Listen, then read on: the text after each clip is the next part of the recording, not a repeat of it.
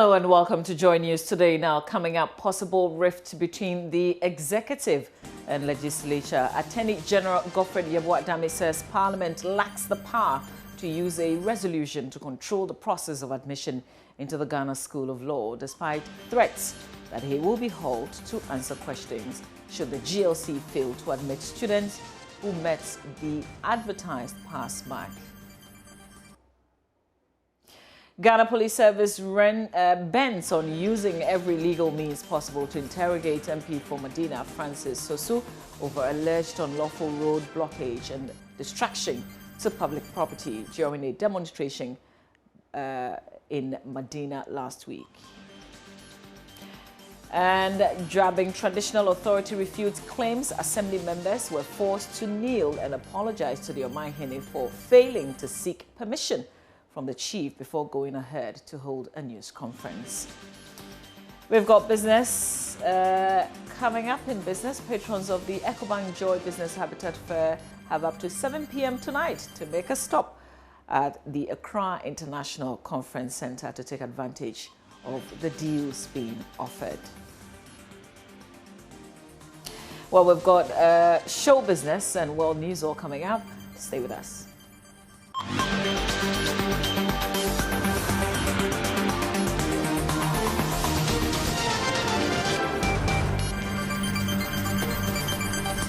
Now, 3 minority members of Parliament in the Central Region say they would push for Parliament to legalize the use of tricycles, also known as pragya, in the country. According to them, should the police enforce the present law that prohibits their use for commercial activities, the security of the state would be hugely compromised because thousands of youth depend on it.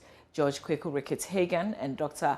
Kwamina Mentanyako and Samuel Atamil say if the issues with the use of tricycles are not handled with care, the country could face an unemployed explosion that will prove too hot for government to handle.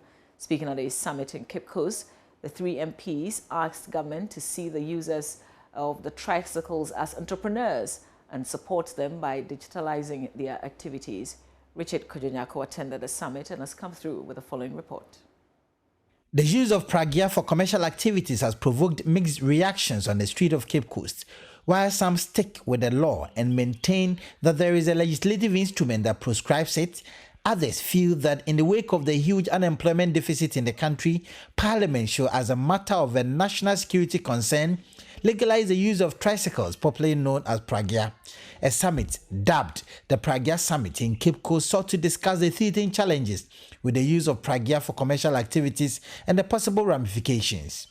MP for Cape Coast South, George Kweku Ricketts Hagan, says it's unacceptable for the country to continue to make the use of tricycles for commercial purposes illegal. In fact, as a result of this pragya operation, we have been able to get people who otherwise would have been criminals, who otherwise would have been armed robbers, off the street into this kind of work. It sounds ridiculous that at the age of 18 you cannot ride pragya. We have been told that the payroll is full and therefore the youth should become entrepreneurial. To become entrepreneurial, these are some of the things you can do. The Okada riders are entrepreneurs. Some riding their own pragyas or some doing it on behalf of others and getting paid. I said the youth unemployment in this country is a time bomb. And we, the politicians, must wake up and smell the problem that this is a security threat. Unemployment of our youth is a threat to this country. It's a security threat and something must be done. The Cape Coast Metro Assembly will, on the 15th of November, begin the implementation of measures aimed at restricting users of the tricycles to 25 years and above, and also restrict their movement to certain areas and operational times. But MP for Cape Coast North, Dr. Kwamina Mentanyako, says the law on the age requirement should be reviewed. Myself, Honorable George Kweku Ricketts Hagan, and then Honorable Atamils are now going to push for Parliament to consider the need for us to regularize pragya in Ghana and especially in Cape Coast. I think it is important because it is also going to be an avenue for the youth to have employment. All we have to do is to make sure they ride at the prescribed areas. I'm of the view that If you have to vote and you have to be 18 years, if you have to get married and you have to be 18 years or 16 years, if you have to do any other thing and you have an age limit, what stops us from also looking at how we can also allow our Praja people to also ride at the age of 18?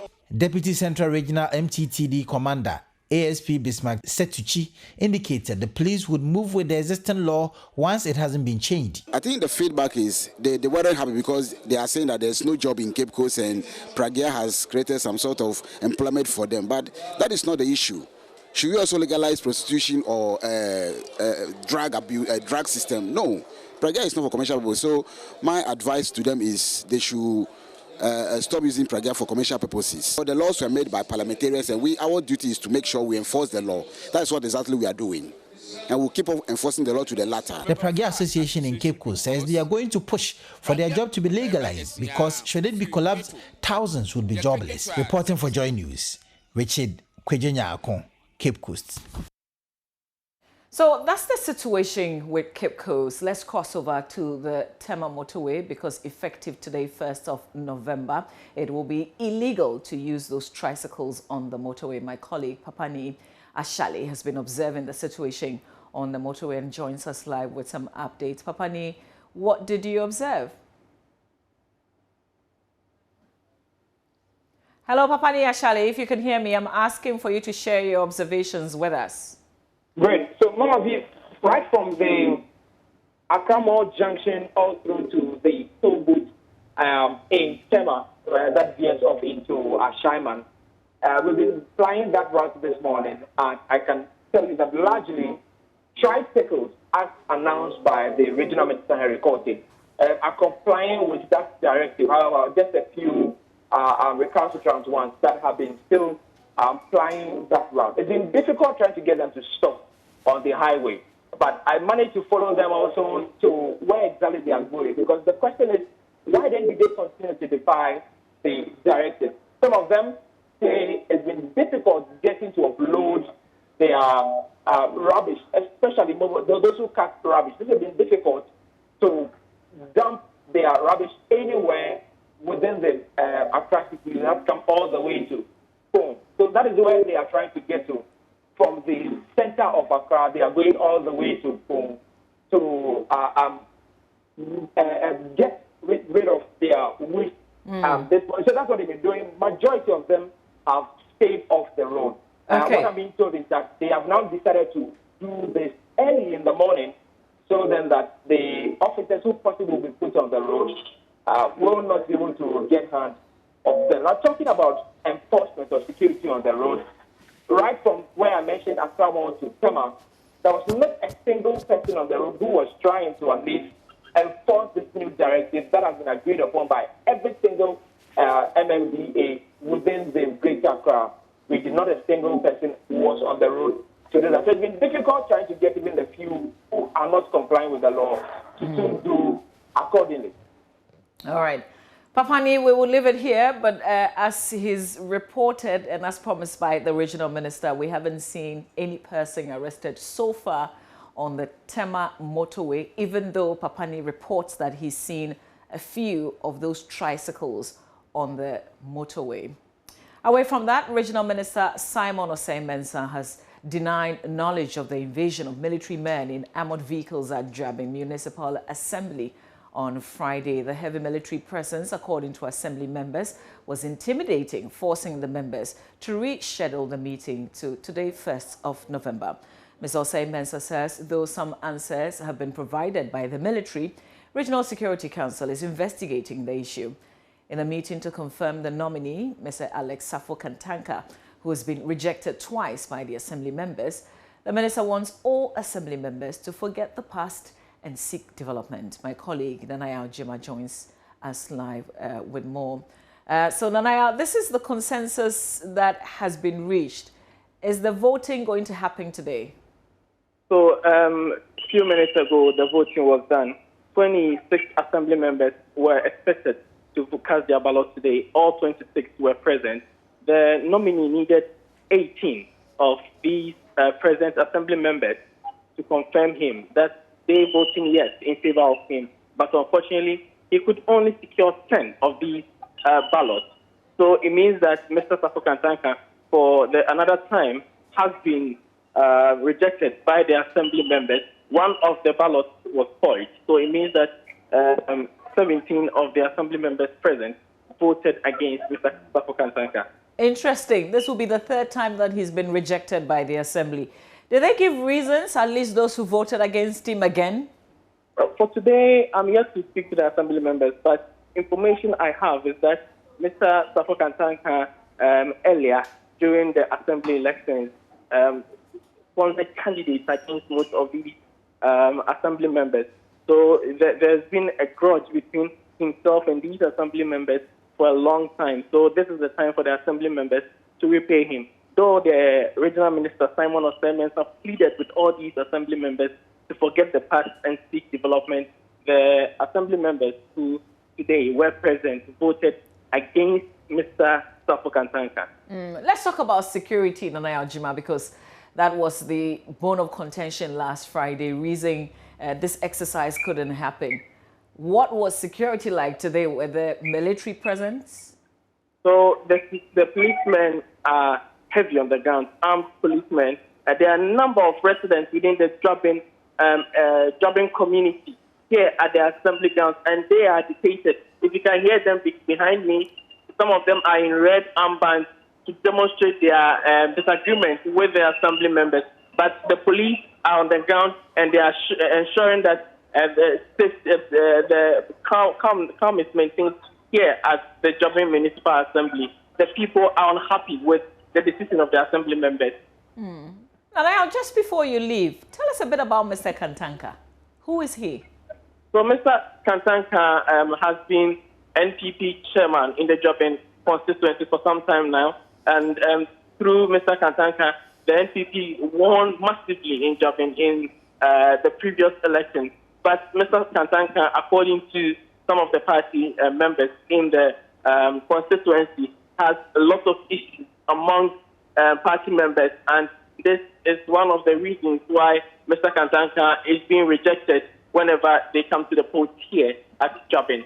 So Mr. Kantanka, though he's a very popular party person within the constituency, the assembly members and some party members are against his nomination. And Nanaya, finally, what's been reaction by the people in the town of this video that has gone viral of the assembly members kneeling to beg the Juaben Hene? Interestingly, some of them believe that it was right for the assembly members to go down on their knees because the Juaben Hene is a respected chief in the region and in Ghana. So if he says something to the assembly members and they refuse to heed to the advice that he gives them, the assembly members will have to pay for it.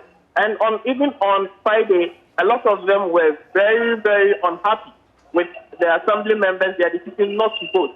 And they thought that the intervention of Juaben Hene should have compelled them to go back and cast their ballots, especially in favor of the government nominee.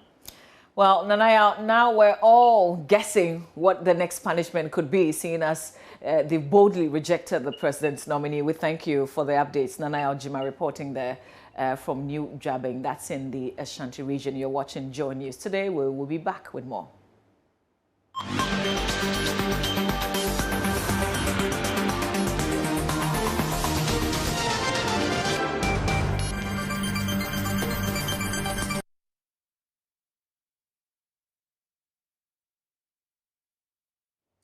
Well, thank you for staying with us here on Joy News. Today, we'll return to an earlier story about assembly members who were made to kneel to beg.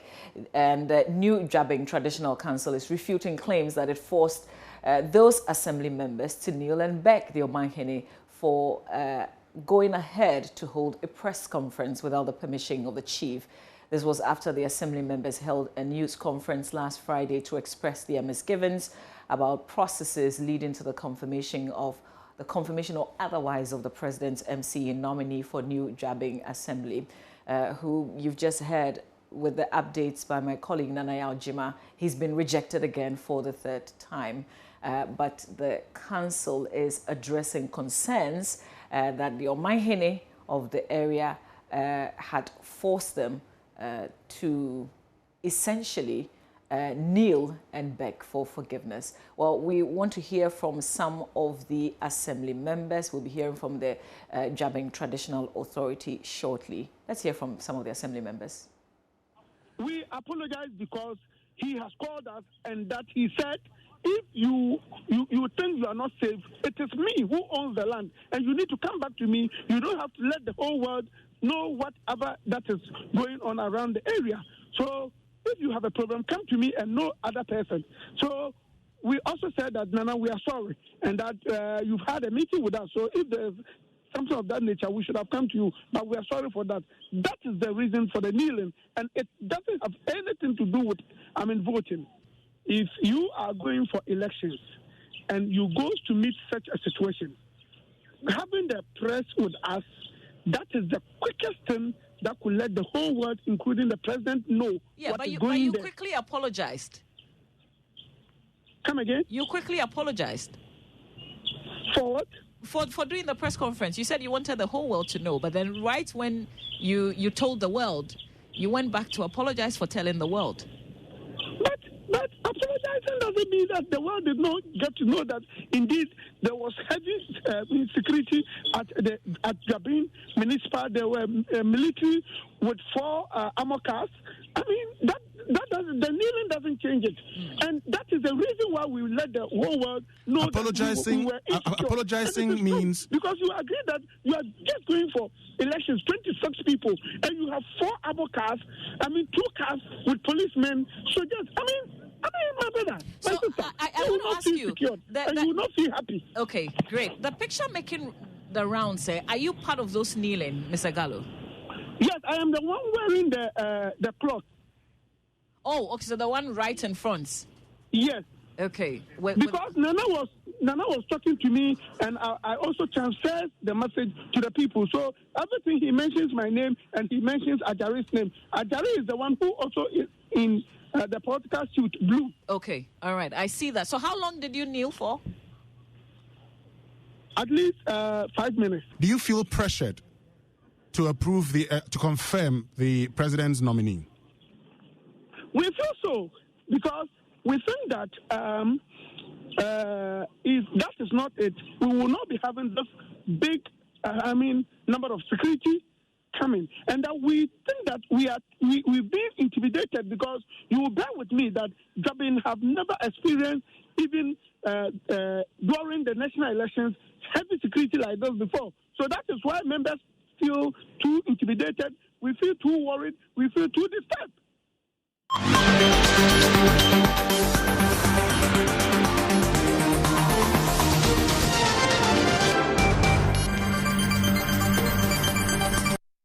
And you have one assembly member speak on Joy FM this morning. Let's now hear from the registrar of the Juaben Traditional Authority, Akuma Sari. The issue is that on the 14th of October, around 3 p.m., the presiding member of the Municipal Assembly, in the person of Joseph Asari, in the company of 3 other honorable members, came to my office as the registrar of the Traditional Council, seeking to have an audience with the Omahene. As much as that their appointment had not been confirmed, I informed the Omahene of their presence, and he decided to meet them. At the meeting, they had come to plead with the Omahene to, as a matter of fact, call the assembly members together with the nominee and supporters of the nominee. They wanted the Omahene to advise them and settle the impasses that had come up after they had failed to confirm the nominee the very first time he was nominated. True to the Omahene's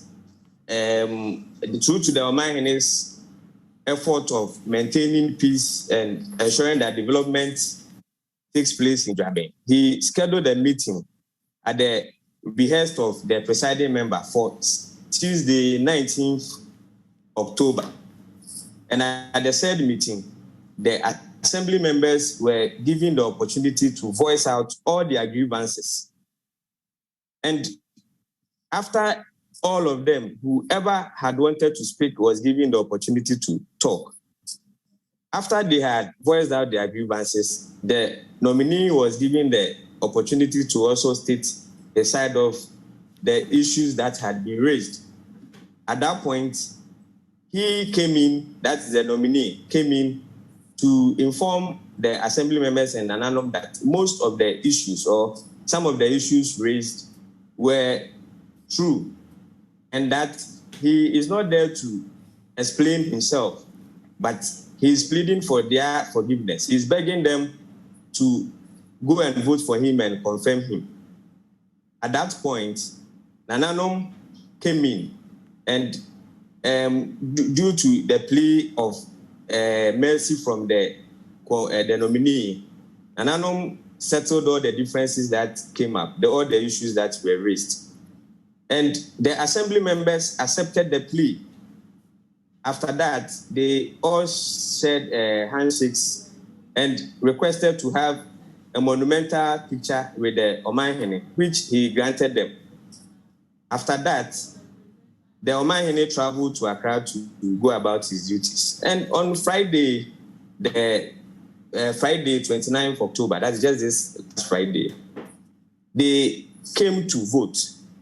And around midday, the Omahene, who was returning from Kumasi, heard on radio that they had organized a press conference stating that they were not going to vote again. The Omahene was a bit surprised about the turn of events because when they came to meet him, they had requested that whatever that will come out of the issue again, they would fall back on the Omahene. So he was surprised that if anything had come up again, they would have consulted him first than to hear the issue on air. So when he got to Juaben, he called for the assembly members to meet him. At that point, he pointed out to them that they should have come back to him as they had promised, rather than first going to the press to state their issues. At that point, and realizing that they had erred, they sought the intervention of the Asehene of the Traditional Council to plead on their behalf.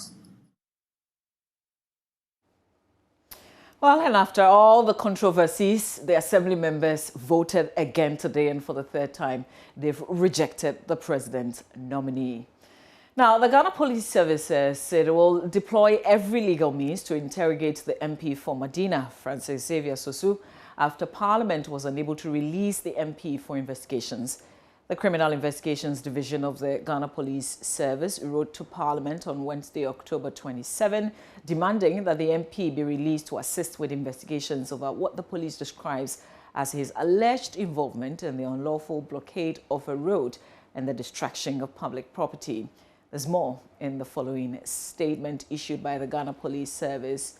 It says, following a protest in the Madina constituency led by its Member of Parliament, on Monday, October 25th, the police commenced investigations into certain alleged criminal acts that occurred. The NP was invited on the day of the protest to assist the police for his alleged involvement in the unlawful blockade of a road and the destruction of public property, but he declined the invitation. He declined further invitation, citing parliamentary privilege. 3 other persons have been interrogated on this matter, and we shall continue to use every legal means to interrogate all other suspects, including the Member of Parliament. Stories circulating that some police personnel had been dispatched to arrest the MP at a church on Sunday, October 31st, are untrue.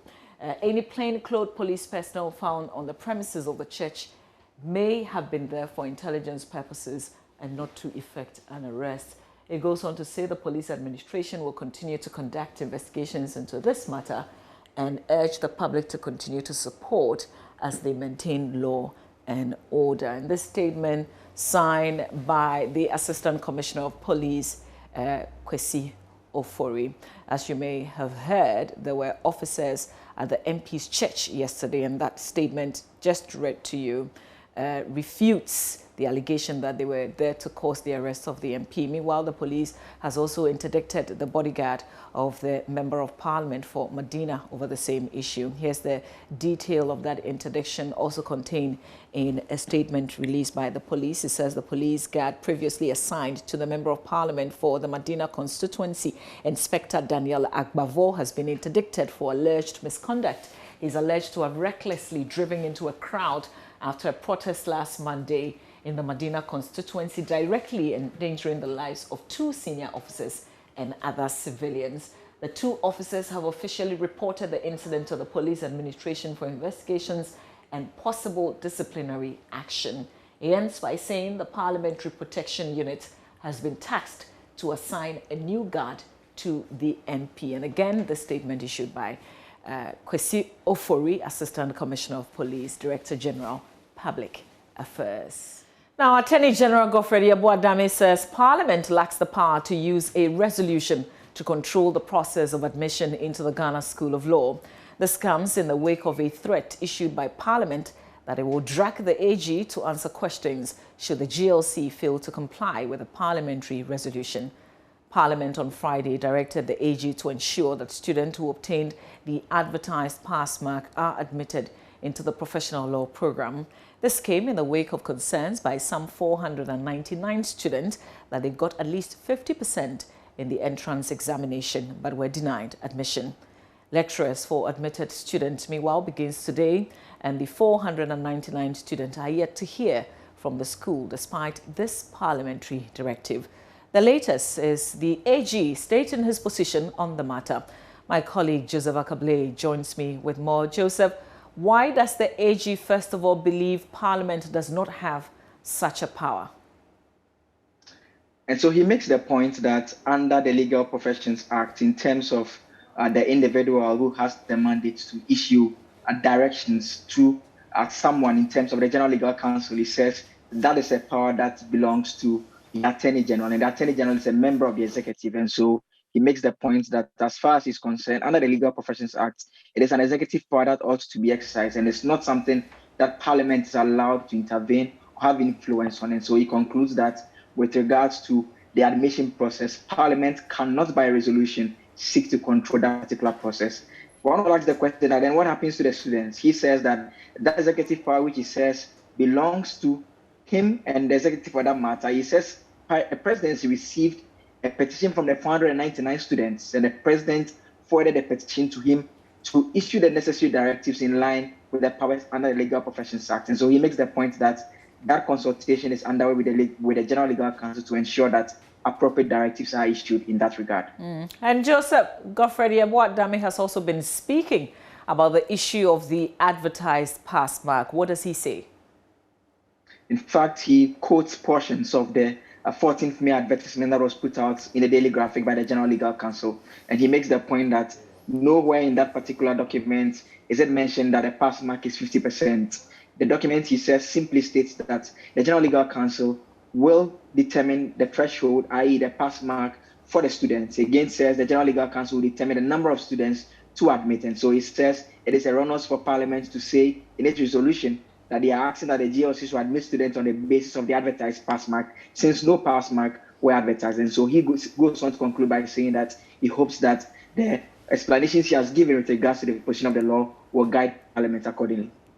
Well, Joseph, we will leave it here. That's our court correspondent, Joseph Akable, with details of a statement directed to the Speaker of Parliament by the Attorney General in response to a resolution and a direction given by the Speaker last week for the AG to admit or make sure that the General Legal Counsel admits some 499 students. Well, the first Deputy Speaker of Parliament, Joseph Osei Wusu, yesterday told us on The Probe that they expect the GLC to comply with the parliamentary order. He says Parliament will demand answers from the Attorney General should the directive be ignored.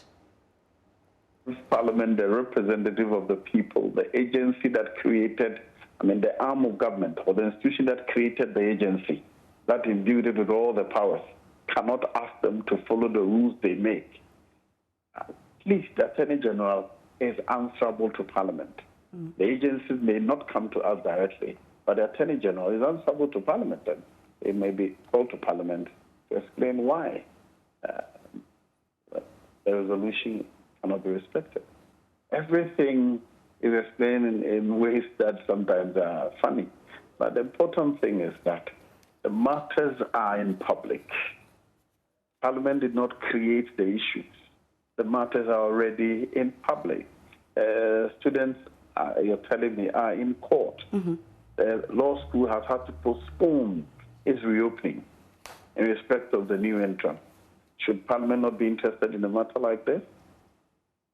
Parliament created an institution to regulate and ensure legal training. Now, if these controversies are surrounding the legal training in the country, should Parliament not be interested? As you heard there, Joseph Akable giving details of that statement by the Attorney General is responding directly to the directive by Parliament. He says they do not have the power to direct him. It's the executive that can do that. We'll see how Parliament responds to this. Stay with us. We will be back with business.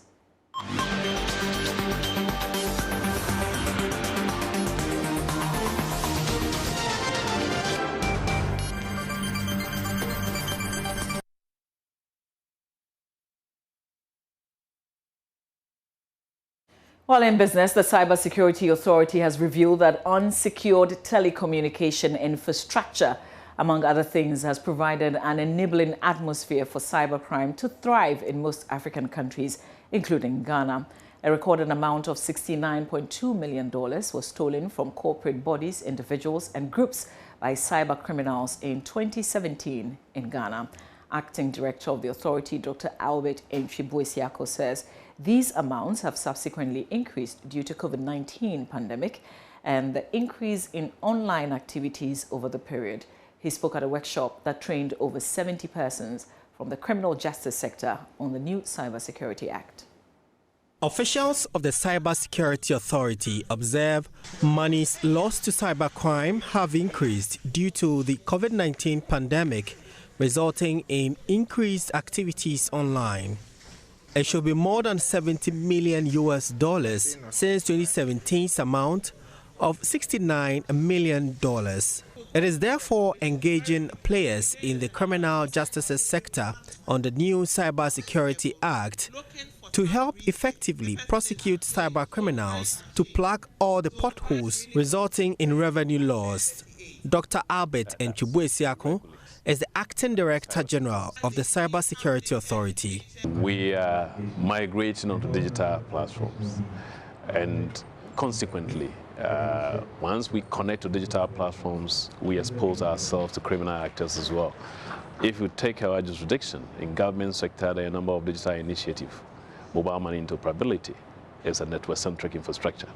The paperless port, which has been hailed, is a network-centric infrastructure. Look at the Ghana Gulf platform, which is centralizing revenue collection.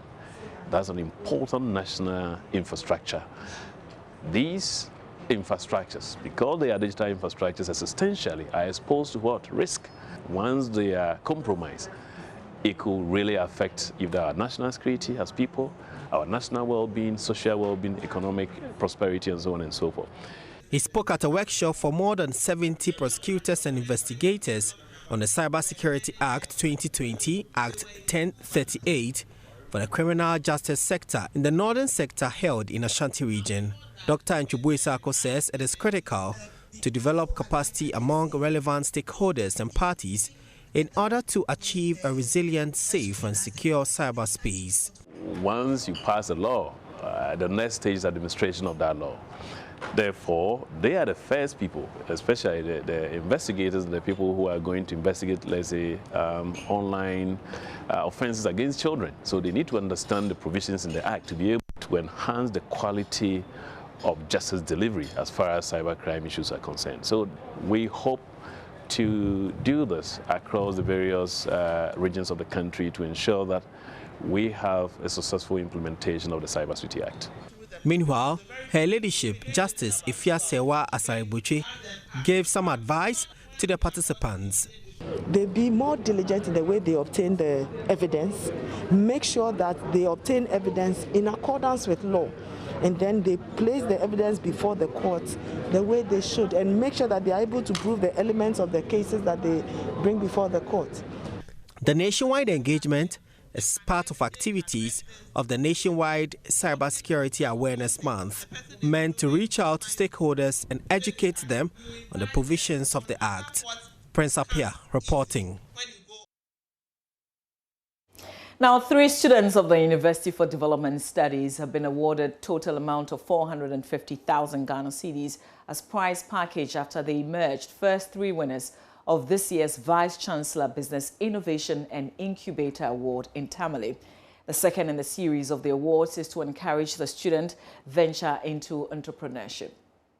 The Vice Chancellor's Business Innovation Award scheme is part of efforts of the UDS to identify and support potential entrepreneurs among the students with viable business plan and to support with funding to enable them actualize their dreams. Each winner took home 15,000 Ghana cedis and a certificate. Addressing the dignitaries, the Vice Chancellor of the UDS, Professor Gabriel Ayumte, said even though he had muted the idea of introducing an innovation that would help unearth talent, he reached a firm decision when he saw an incubation program held in one of the universities he visited in the U.S.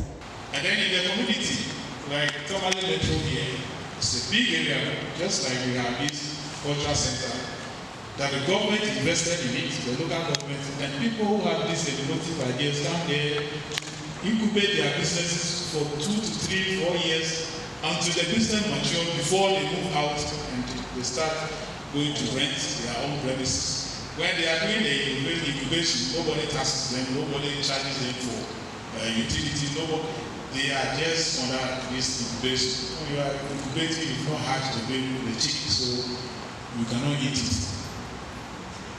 So this idea, I realized that yes, if we implement it here in UDS, we'll not only be creating viable alumnus, but it will also be a point of attraction for the young ones in the secondary schools to know that if I go to UDS, I'm likely to become a top businessman. Director of Business Innovation and Incubation Center, Professor Richard Yeboah, outlined the selection process that led to the finals. We started the process by a call for business ideas. So at the end, there are 34 business ideas submitted. We shortlisted to 20, and we have a first pitching program. After that, 12 were shortlisted again for the second pitch. The winner, Abdul Rashid Wumpini, said he saw an opening in the vegetable industry with the increase in demand and went for it. To the production of vegetables, supply, and that of the farming of these vegetables. In recent times, there has been an increase in the demand for vegetables, which is helping to boost the immune systems of people.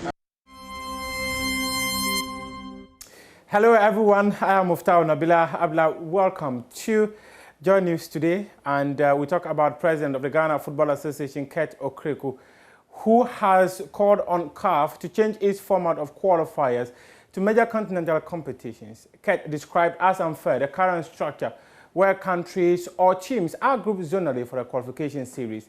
He made this call after the Black Queens failed to qualify for the next edition of the Women's African Cup of Nations following a 2-1 aggregate loss to Nigeria. Super good against Nigeria in both games. Unfortunately, the scorelines didn't reflect, but it is normal, especially when the format of the competition does not protect the superpowers of football on the West African coast. And that has been one of my clarion calls at the CAF level. I want the format changed, because Africa must be represented by the best clubs, by the best nations, by the best countries, by the best national teams. And if it is that Ghana has to play against Cameroon, against Nigeria, against Ivory Coast, it is not fair. Okay, and I've spoken at varied levels of football in the world. And it's something that I'm going to push until that justice is done, okay? The Black Queens deserve to be at the next level of the game. They were totally dominant in both legs against Nigeria, but they lost. It doesn't mean there's no right levels of investment. We are investing, the positives are there, the girls are happy, and I call on everybody to be on our side to develop the women's game because we are putting a lot of energy in this perspective. Executive Committee member of the Ghana FA, Dr. Tony Juaben, has defended the decision of the FA to introduce no vaccination, no entry policy to Ghana Premier League venues, despite the FA making a paltry 300,000 Ghana cedis from gate proceeds.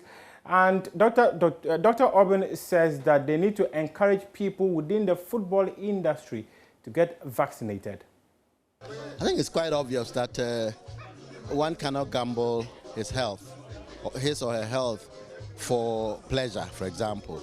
So it is important that people who go to enjoy football do not put themselves at risk.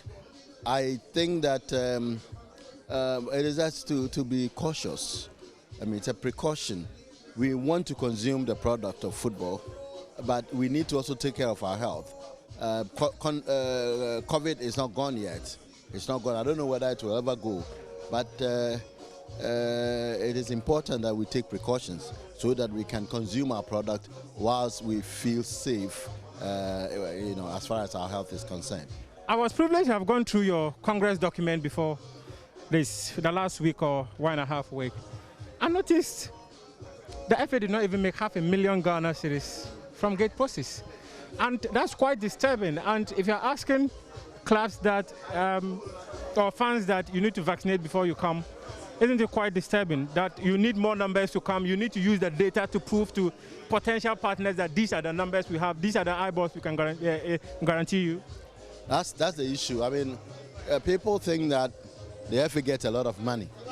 And you cannot be running football in a country just by relying on subventions that you receive from FIFA or elsewhere. And those subventions, oftentimes, they are linked to projects.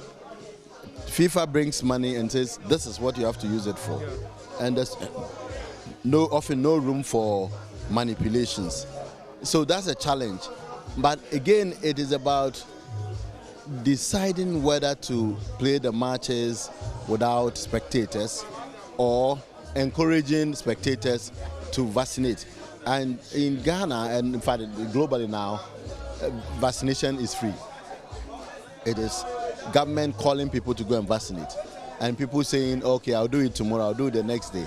So what we are saying is that if you're a football fan, then please go and vaccinate so you can enjoy your product directly. Otherwise, you can only read it in the papers that your team lost or won. So it's an encouragement, it's a call to encourage Ghanaians and our football fans to take advantage of the vaccination process and then just so they can go and watch them.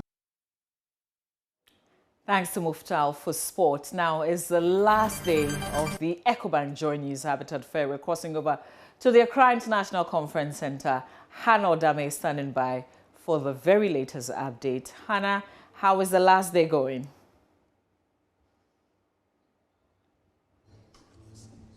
Mama V, the buzz it's on, and lots of patrons are just trooping in for what we call last-minute shopping. You know, a lot of people love to do that. And the patrons are excited that that debate to either build or buy is getting settled because they have lots of options.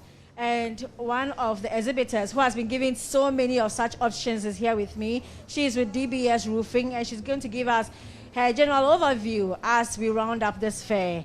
Welcome to Joy News. Thank you. What would you say has been your assessment? I can see so many people at your stand. Yes, I can say this year it's been very good. It's been very good. Unlike the previous years, this one has been a mega one, yes. And that's DBS Roofing. They are saying that it's been super mega for them. And Tropical Cable is also here. They are going to tell us the assessment of the fair so far. Welcome to Joy News. Thank you very much. The fair has been fairly okay, and I think we've had customers walking in, people walking into our stands to know what we give them, and I think most people are even shocked that we have this quality-made cable here in Ghana. and they are getting to know the use of using FRLS cable, which is very safe for themselves and their families. That's a testimony for you. You definitely have to be here. It's the final day, but there are some few hours left. Please come to the Accra International Conference Center because the Joy News Habitat Fair is not over. You still can come here to either choose to build or to buy. You'll be able to make that decision once you come here. So just drop by and come make a decision. Mama V, over to you. Thanks a lot, Hannah Dami. We've got some 6 more hours to go. The fair ends at 7 p.m. Remember, it's day 5 and the final day. If you couldn't pass through the Accra International Conference Center over the weekend, well, the opportunity to do so is today. We've got over 70 exhibitors. Everything that has to do with housing is what's on exhibition. All right, so from the Accra International Conference Center back to the studio, that's it for Joy News today. We thank you for your company. For more news, do log on to myjoyonline.com. Thanks for watching.